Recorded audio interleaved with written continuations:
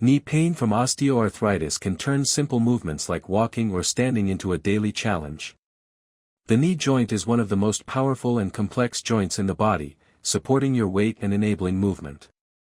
Osteoarthritis occurs when the protective cartilage between bones gradually wears down, leading to stiffness, pain, and reduced flexibility. These symptoms often worsen over time and can affect everyday activities. Conventional treatments include medications, physiotherapy, and in severe cases, knee replacement surgery. Stem cells are known for their ability to transform into different cell types and support the body's natural repair processes. In orthopedic care, stem cells derived from the patient's own body are introduced into the knee joint to support cartilage repair and reduce inflammation. Different types of stem cells, such as those from bone marrow and fat tissue, are being studied for osteoarthritis care. Many people consider this option because it is minimally invasive and focuses on supporting the body's own healing response.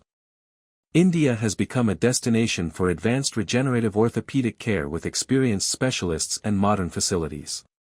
Before choosing any treatment, it is important to consult qualified specialists to understand suitable options for your condition. Explore regenerative care options and seek expert advice to make informed decisions for your knee health. In India, many centers offer stem cell treatments.